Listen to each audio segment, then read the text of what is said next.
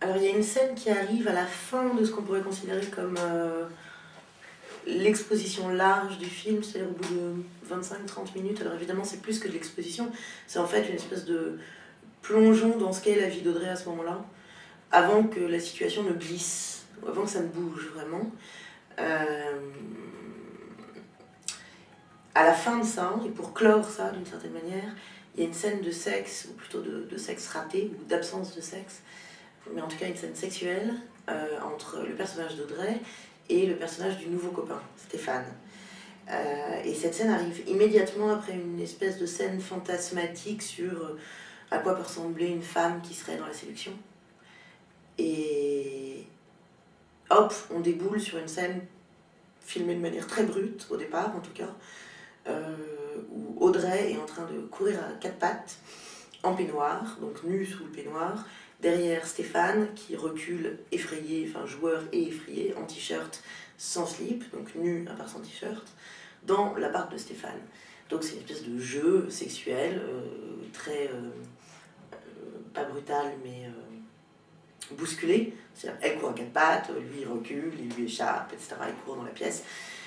Où elle essaye de l'attraper, en fait, elle essaye d'attraper son sexe, enfin bref, c'est un jeu sexuel, voilà. Et ils arrivent comme ça jusqu'au lit, ça dure 45 secondes, une minute.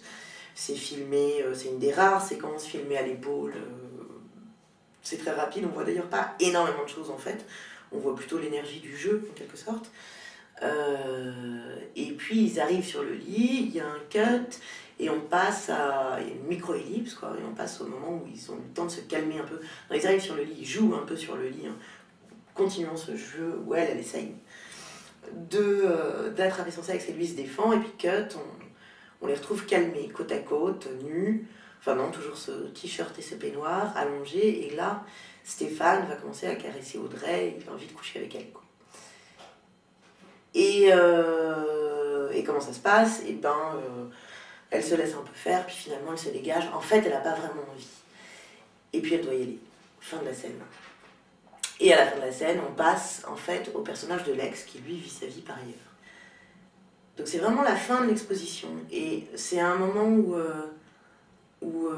la situation d'Audrey est globalement bien campée. On voit à peu près quelles sont ses relations avec les uns et les autres, notamment avec Stéphane. Et cette scène est là pour nous raconter ses relations avec Stéphane d'une autre manière, c'est-à-dire d'une manière intime. Comment ça se passe au lit, à ce moment-là de leur histoire. Pris à cette heure-là de la journée, parce que ça serait pris 2 heures plus tard, ou la veille, ou le lendemain, ça pourrait être tout à fait différent. Mais voilà une situation où ça se passe pas, justement. À la fois ça se passe parce qu'il y a vraiment du jeu, et une part de désir, et à la fois ça n'a pas lieu, ça va pas jusqu'au bout, il y a un truc qui rate. C'est une scène qu'on a filmée en fait de manière très à plat, très littérale, c'est-à-dire il y avait l'enjeu c'était que la scène ait lieu, donc ce jeu de course-poursuite, on l'a filmé de telle manière qu'il puisse être vu. On était dans la course-poursuite, on avait un tout petit appartement, donc il fallait courir après les comédiens, savoir moi et Renaud Destin qui est le comédien qui joue Stéphane. Et la scène sur le lit, et ben, c'était sur un lit, c'était au calme, et donc on est resté à distance en le regardant. La grande question qu'avait Renaud avant de jouer la scène, c'était mais comment je vais la filmer? Est-ce que je vais m'approcher, faire des gros plans, ou bien cacher son sexe, ou quoi? Et j'ai dit non, justement, ni l'un ni l'autre, c'est-à-dire il n'y a aucune raison d'aller faire un gros plan, et il n'y a aucune raison de cacher quoi que ce soit non plus, c'est-à-dire qu'ils sont dans ce lit. Ils ne vont pas se cacher l'un à l'autre, ils sont pas dans ce rapport de pudeur-là, ils connaissent les corps l'un de l'autre, donc il n'y a aucune raison de se cacher, il n'y a aucune raison non plus d'aller faire un gros plan, dans le sens où ce qui est là, et c'est un peu l'enjeu du film, d'accepter de voir ce qui est là, en fait,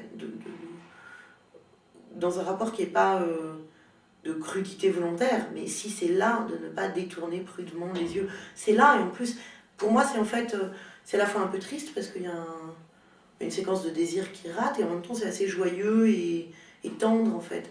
J'ai eu pas mal de retours sur cette scène de gens qui sont assez choqués par le fait en fait de montrer un sexe et de le toucher sans qu'il y ait de légitimité narrative indispensable, enfin, sans que ce soit absolument nécessaire à l'intrigue. De fait, c'est pas nécessaire à l'intrigue. Par contre, pour moi, ça raconte plein de choses sur les deux personnages, ça raconte des choses sur leur rapport au corps, ça raconte des choses sur leurs relations, et c'est aussi un moment de leur vie, tout simplement, enfin, au même titre que le fait de dîner ensemble, et enfin, au même titre, de manière plus parlante encore. Et à ce titre-là, je trouve que ça mérite d'être vu, et en étant traité de la même manière, dans un même rapport de simplicité. Et on se rend compte que cette simplicité, qui n'est pas du tout facile à atteindre quand on fait une scène de sexe, parce qu'évidemment, quand on est nu devant des gens, c'est très gênant, et en l'occurrence, c'était extrêmement gênant, et il y avait un vrai truc à dépasser pour la jouer, surtout en étant aussi derrière la caméra, théoriquement. Mais c'est cette gêne-là qu'il faut dépasser pour arriver à un point de réel, en fait, qui est un point de réel au même titre que tous les autres points de réel du film.